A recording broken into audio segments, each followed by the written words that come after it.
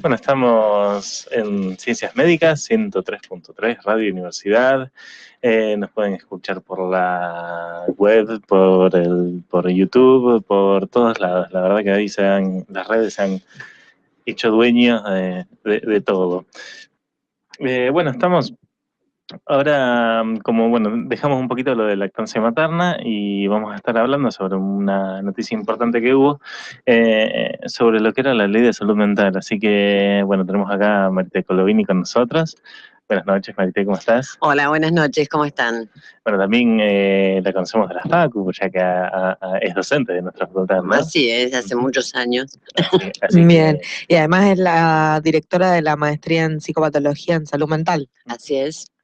Así que bueno, tenemos acá el Ministerio de Salud dejó sin efecto el impulso, les leo un poquito de la noticia, dejó sin efecto el impulso a acotar las internaciones y puso al frente de la aplicación de la ley a Andrew Santiago Blake, un ferviente opositor al cambio de paradigma en el área de salud mental. Con las críticas a la medida que estuvo también, que se dieron. De hecho, yo decía, en el Congreso de Neurociencias que hubo, se trató un poquito este tema, algunos nombraron la ley de salud mental y estuvieron hablando de los dos lados, algunos a favor y en contra de esto que ha pasado. Ajá. Sí, desde bastante antes de que se promulgara la ley nacional de salud mental 26.657, fue promulgada en el año 2010 y reglamentada en el año 2013. Pero digo, desde bastante antes, es más, desde la época que yo hacía mi especialidad en psiquiatría, justamente, digamos, se viene gestando un movimiento desmanicomializador, en el cual hay una crítica muy constante y clara respecto a el encierro, la internación como única modalidad de tratamiento en el área de salud mental. Fíjense, esto empieza a partir de después de la Segunda Guerra Mundial. Estas críticas empiezan después de la Segunda Guerra Mundial. ¿Por qué? Digamos, porque después de la Segunda Guerra Mundial se advierte lo que implican los campos de concentración, lo que implican entonces las instituciones totales, dentro de las cuales el manicomio es un ejemplo muy claro de institución total, y los efectos subjetivos que el estar en una institución de ese tipo produce. Es inconcebible que después de 2 siglos del nacimiento de la psiquiatría, se siga manteniendo como tratamiento principal la internación, con todo lo que ha pasado.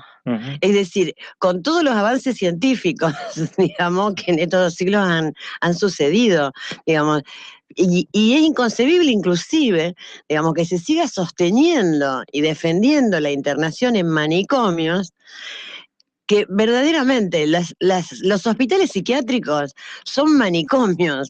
No es antiguo decirle manicomio, es hablar de la lógica que sustentan los hospitales psiquiátricos. Entonces, es inconcebible que se siga pretendiendo que un paciente encerrado en un manicomio puede curarse o puede mejorarse. Digamos, esto es inconcebible porque ha habido múltiples discusiones y debates que han jalonado la psiquiatría en estos 2 siglos. Ahora, justamente eso no se tocó, con todos los avances, porque pensemos, antes de los psicofármacos, por ejemplo, bueno, es decir, había... Sí, la lobotomía, claro, otros. Justamente, pero Sí. bueno, en los psicofármacos, todas las formas de psicoterapia, incluida el psicoanálisis, con una impronta muy, pero muy fuerte en el campo de la salud mental. Es decir, dan cuenta justamente de que de lo que más sufre un loco, de lo que más sufre alguien, digamos, que tiene un grave padecimiento en su salud mental, es de la ruptura de sus lazos sociales. Y entonces, ¿qué hacemos? Es como si yo dijera, bueno, tengo una herida y para curarla la hago más grande, ¿no? Es decir, entonces, ¿qué hacemos? Lo encerramos. Es decir, lo privamos de los lazos sociales mínimos que ha podido tener.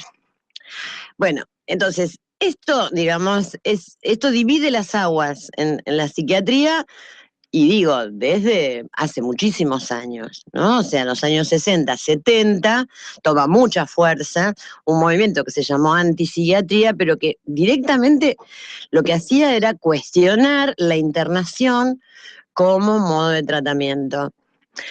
Con la Ley Nacional de Salud Mental, ley del tipo de las 26.000, es decir, todas las leyes 26.000 que se dictaron en el gobierno anterior, son leyes que garantizan derechos humanos.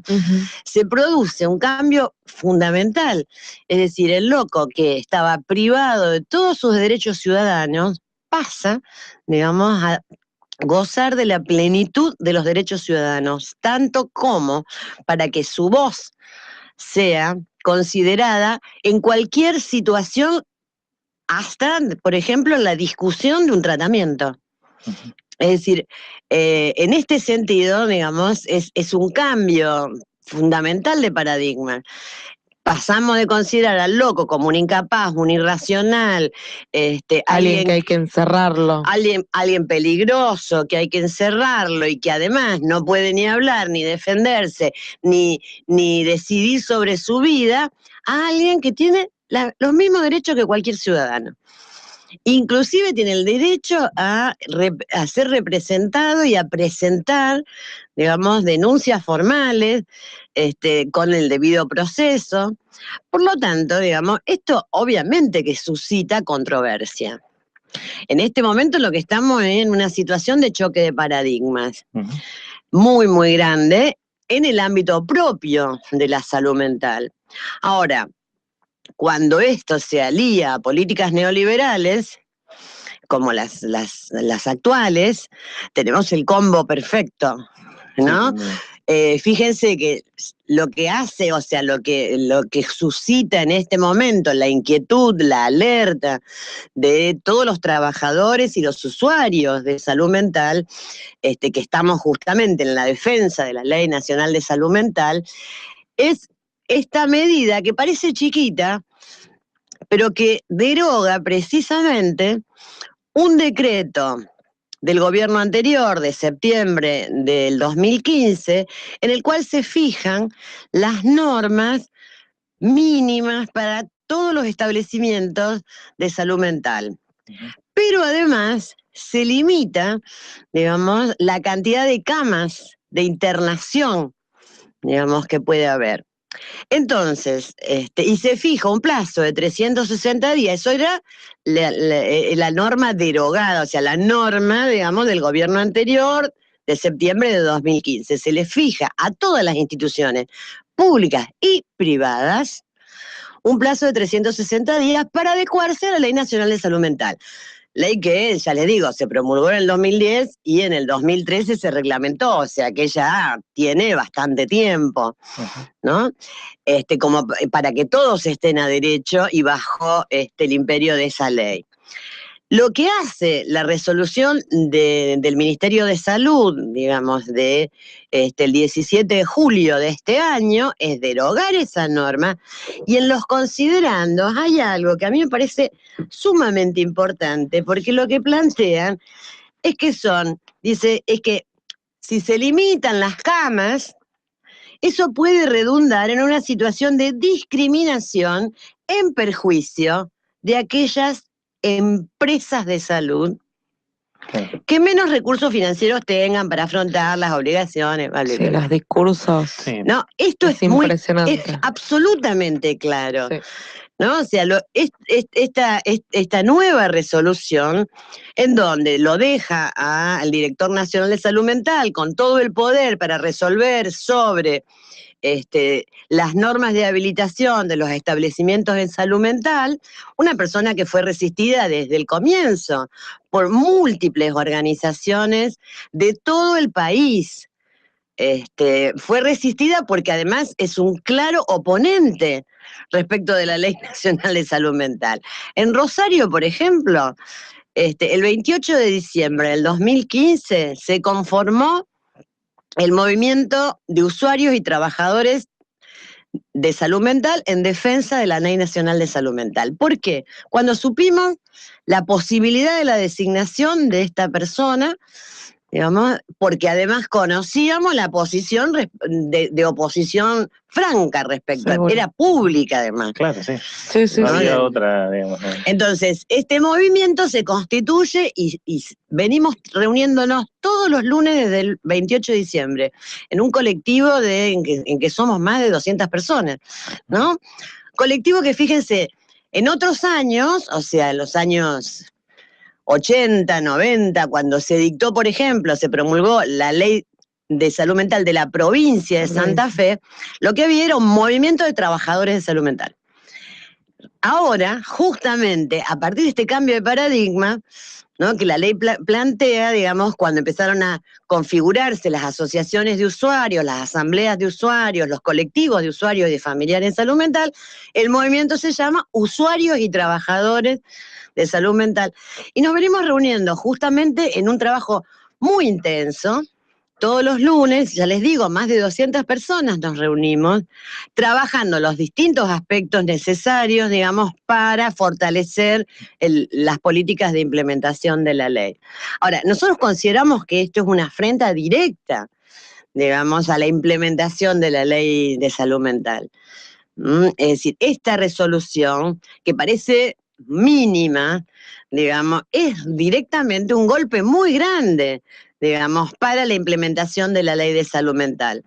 Porque si deja sin efecto justamente lo que eran las normas que habían sido planteadas, digamos, para los establecimientos, y sobre todo la limitación del número de camas de internación, si deja sin efecto, abre la puerta otra vez a considerar la internación como el modo principal de tratamiento. Digamos, ¿no? Cuando en la ley, justamente en la ley de salud mental, lo que se plantea es que la internación es el último recurso. Es así. Y convengamos, bueno, que esta es una ley que, bueno, repetimos, ya está reglamentada desde el 2013. Pero por supuesto, sí. Que no es solamente sancionada, sino que tiene el paso ya reglamentado. Exactamente. Que ha tenido muchos dimes y diretes en su implementación, porque es una ley muy, digamos, criticada desde muchos sectores de los medios de salud, y que hoy, ante esta designación del Ministerio de Salud, hay un golpe directo que lo está demostrado claramente en lo que vos decís, los dichos son muy claros. Claro, hay una toma de posición. Hay una toma de posición justamente en esta controversia, digamos, controversia que además tengamos en claro que si es una ley, fue promulgada por un parlamento. Seguro. Es decir, una ley nacional, no es algo que se le ocurrió a alguien, una nueva teoría que alguien está inventando, ¿no? Fue promulgada por el Parlamento argentino, en democracia. Entonces, bueno, ya está, digamos, ¿no? O uno creía que ya estaba. Sí. Verdaderamente esto, es decir, lo que viene a plantearnos es que la ley es siempre una batalla permanente, ¿no? Sostener una ley es una batalla permanente, y por el otro lado, digamos, bueno, esto también muestra claramente el modo en el cual los sectores que se oponen a la Ley Nacional de Salud Mental son sectores corporativos que sostienen que la medicina no es un derecho, digamos, sino que la medicina es un negocio. Sí, son intereses. Esto es muy claro. Las empresas, lo dice así, las empresas de salud, no dice las instituciones de salud. Esto es el texto de la resolución, ¿no? Habla de las empresas de salud. Es discriminatorio esa resolución que quiere derogar, digamos, es discriminatorio para las empresas de salud. Bueno, no queríamos un cambio, Nico. Sí, no, el gran problema es de que un dedo de una virome puede bajar, digamos, una decisión totalmente popular. Sí. Eso es lo peligroso, ¿no? Sí, en el momento... estamos metidos en la democracia de que una virome te puede bajar esto. Seguro. Una ley promulgada. Sí. Claro, además, fíjense, por ejemplo, digamos, ¿no? La ley plantea que la internación, justamente, ¿por qué la ley puede plantear un horizonte de cierre de los manicomios para el 2020? ¿Por qué podía plantear, digamos, así como vamos, no vamos a llegar nunca? Está más complicado ahora. Es bastante más complicado. Ahora, pasando la internación, cuando en el caso de que sea necesario, a los hospitales generales. Y de hecho, digamos, en nuestra ciudad, bueno, en una ciudad vecina, digamos que Granadero Baigorria, por ejemplo, me consta, digamos, que en el Hospital Escuela de Granadero Baigorria, digamos, se hacen las internaciones necesarias en salud mental se realizan en el hospital. Digamos, sin que haya pasado nada terrible, pero claro, bueno, hay un servicio de salud mental en el hospital, hay una RISA, es decir, una residencia interdisciplinaria en salud mental en el hospital, digamos, que puede justamente sostener la atención de esos pacientes. Entonces, lo que la ley plantea es que las autoridades nacionales deben justamente garantizar que en todo el territorio nacional se empiecen a producir las adecuaciones necesarias para que este cambio sea posible. El otro punto, si decimos que el encierro, es decir, claramente para mí es decir, nosotros es una de las consignas que nosotros siempre repetimos, el encierro no cura, digamos, o el manicomio mata, ¿no? Es decir, esto además está comprobado con números, digamos, ¿no? Hay un informe del Centro de Estudios Legales y Sociales que se llama Vidas Arrasadas, que plantea claramente, digamos, que los pacientes internados en los psiquiátricos sufren una violación sistemática de sus derechos humanos más elementales, ¿no? Y los llama sobrevivientes. Aquellos que no mueren los llaman sobrevivientes.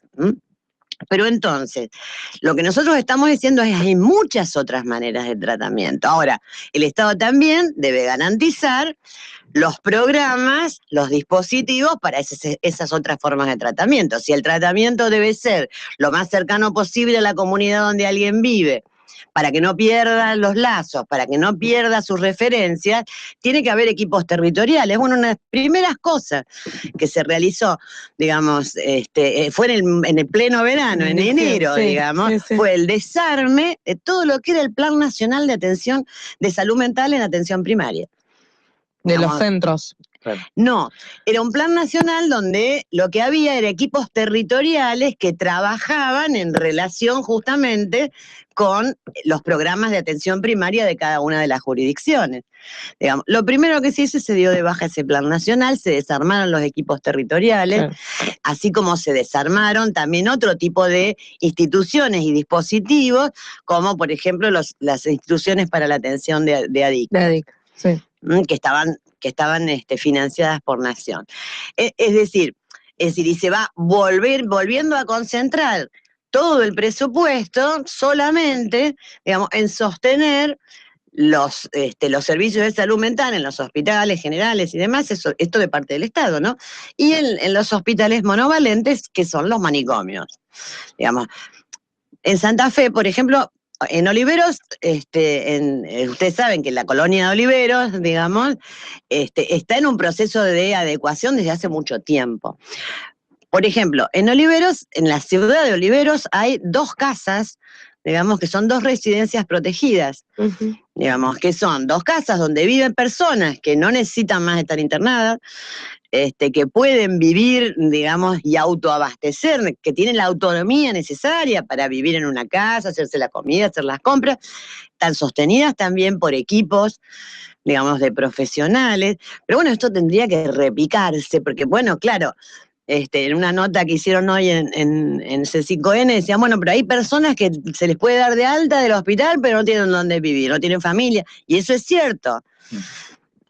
Ahora, digamos, bueno, para eso están las casas de medio camino, las residencias protegidas, digamos. Sí, la ley no lo dejaba librado al azar tampoco, lo tenía contemplado, lo tiene contemplado de hecho. Absolutamente está contemplado esta creación y la sustitución progresiva de todo lo que se concentraba en los manicomios, digamos, en dispositivos que no tengan la lógica manicomial, precisamente, que sean tratamientos, dice la ley, lo menos restrictivo de la libertad, digamos, posible. Esto es importante, digamos, también, porque bueno, muchas veces un tratamiento es absolutamente factible realizarlo en forma ambulatoria. Hay internaciones que se pueden hacer domiciliarias. Digamos, un equipo de atención de crisis, un equipo de acompañantes terapéuticos puede sostener una crisis sin ninguna necesidad de internación. Por lo tanto, es inconcebible, digamos, esta defensa de la internación como si fuera además, no sé, la cirugía, la última cirugía, la última neurocirugía o el último trasplante, digamos, más importante. Cuando es la primer medida de tratamiento que se inventó con la psiquiatría misma. Y bueno, sí, pero parece que, otra vez la razón, ¿no? Que los cambios culturales y sociales llevan un poquito más de tiempo. Porque hace... Sí, 2 siglos ya viene llevando esto, es un Está poco... llevando bastante tiempo. Hay algunas cosas que no podemos abandonar. Pero me queda esto que decía Marita al comienzo, la ley está reglamentada, fue aprobada por un parlamento en plena democracia, y es necesario que no solo los trabajadores de salud ni de salud mental sean los que conozcan la ley, porque es la única manera de poder defendernos y de hacer la carne a esa ley, ¿sí? Exactamente, porque además la ley protege a toda la población. Es decir, nadie está exento de algún padecimiento subjetivo, de algún sufrimiento, digamos, subjetivo. Por lo tanto, no es solo para algún que otro loco que no sé quién es, o que es otro, siempre el loco es otro. Siempre es otro. ¿No? Sino que es para toda la población. O sea, es muy importante que la población conozca, ¿no? Los alcances de esta ley, los beneficios de esta ley, para que se sume precisamente a la defensa de la implementación de esta ley. Nosotros hicimos un festival ahí por el mes de septiembre. No, que septiembre todavía no llegó, por el mes de marzo, digamos, muy grande en el Parque España, digamos, donde, bueno, concitó, digamos, muchísima concurrencia, precisamente en este intento de difusión de la ley. Por eso les traje la ley y se las dejo, digamos, les traje uno de los libritos de la ley y se las dejo, digamos, estamos programando una actividad en la Facultad de Medicina, digamos que va a ser para cerca de el Día de la Salud Mental, que es el 10 de octubre, donde, bueno, vamos a transmitir también la ley a los estudiantes de medicina, que además son aquellos que van a tener que trabajar, digamos, en el marco de la implementación de esta ley. Seguro. Nos deja su saludo, bueno, nuestro decano, Ricardo Nid, que nos está escuchando. Bueno, Ricardo, te saluda. Ricardo, bueno, muchas gracias por además gestionar la invitación, pero además es un docente, digamos, de nuestra maestría y es un amigo y un compañero. Buenísimo. Bueno, la verdad que da para muchísimo más para hablar. Seguro. Esperemos que este señor Andy Blake. Andy Blake no tenga nunca una crisis subjetiva que esperemos que no. Otra cosa que quiero decirles es que la maestría en psicopatología y salud mental, que funciona en la Facultad de Ciencias Médicas, digamos, lleva la segunda cohorte, ha finalizado la segunda cohorte, digamos, y más o menos en un mes vamos a llamar a la preinscripción para la tercera cohorte, digamos, de nuestra maestría. Estamos muy orgullosos de nuestros alumnos, digamos, de los maestrandos, y además es una maestría que justamente, digamos, es decir, está pensada para formar a los profesionales en el trabajo, digamos, de la implementación de esta nueva ley. Buenísimo. Bueno, quizás nos quedamos con algunas preguntas, pero se nos acaba un poquito el tiempo. Tenemos algunas noticias. Y bueno, vamos a publicar esto de la Ley de Salud Mental y a ver si también nos hacemos un poquito parte, ¿no?, de la defensa de estos derechos adquiridos, ¿no? Porque hace años y años, esto no es una historia reciente de nuestra Argentina querida. Así que podríamos convocamos a todos a defender una ley proclamada en Parlamento y demás, y no un partido político, porque... Justamente, sí. Es hora de que empecemos a hacer eso como argentinos, ¿no? Y como profesionales me parece que también es algo importante empezar a... Bueno, yo lo que sí les pido es que si los llegamos a necesitar, digamos, ustedes tienen programas dos programas semanales que son muy escuchados, y que, bueno, si llegamos a necesitar convocar, digamos, para alguna actividad, digamos, es decir, tener un espacio aquí, digamos, considerar que este también es un espacio nuestro, digamos, para todas las actividades que hagamos en relación a la defensa de la ley de salud mental. Sí, seguramente. Acá estamos. Estamos acá. Muchas gracias. Abiertos y esperando, ¿no? Buenas noticias con respecto a esto, supongo, un poquito más adelante, ¿no? Ojalá que sí. Así será. Bueno, muchas gracias, Marita. Muchas gracias por tu tiempo, Marita. Bien.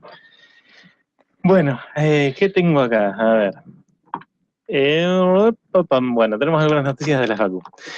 En el día martes 26 de julio se firmó un convenio marco con la empresa de servicios de salud del Grupo Emerger para pasantías en eventos deportivos destinados a estudiantes de la carrera de medicina. Esto ya está en la página, es importante, los chicos van a poder hacer unas pasantías que se tienen que escribir, ¿no? Tienen que hacer una serie de pasos. Está la página de internet de la Facu, que es www.fcm.unr.edu.ar. Ahí tienen el link y lo pueden pasar. También en el Face de la facultad, que es Facultad de Ciencias Médicas, UNR, también lo pueden encontrar. Bien, acordarse que es hasta el 5 de agosto, que queda poquito tiempo, en el primer piso de la Facu, en la Secretaría de Políticas Estudiantiles. Fíjense que es cuarto, quinto y PFO, si no me equivoco, y tienen que presentar un formulario que lo bajan ahí en la página, y también un currículum que también pueden bajar el modelito. Así que eso es importante para los chicos que andan en los últimos años y, bueno, para empezar a laburar de algo cercano a su futura profesión. Seguramente. Bueno, tenemos también la actividad de fertilidad. Los días y horarios que se van a recibir las encuestas y acreditar la actividad van a ser el 16 de agosto de 12 a 15 y el 17 de agosto también de 14 a 16 en el box 4 de sala 8. Toda esta información también, la entrega va a ser personal. Esta información la pueden encontrar en la página de la Secretaría de Extensión y en el Facebook. Bueno, y ya a un minuto de retirarnos, solamente les repito de las actividades, a ver si las puedo encontrar. Bueno, tenemos un montón de mensajes y saludos y demás, pero se van a quedar con las ganas de estar. Y hoy quiero repetirles esto, con respecto a la Semana de la Lactancia Materna.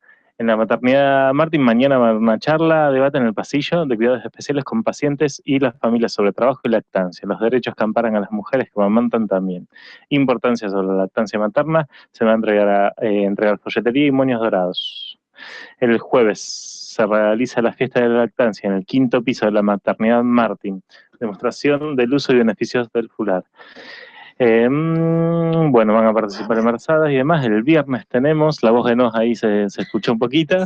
El viernes 7 tenemos charla sobre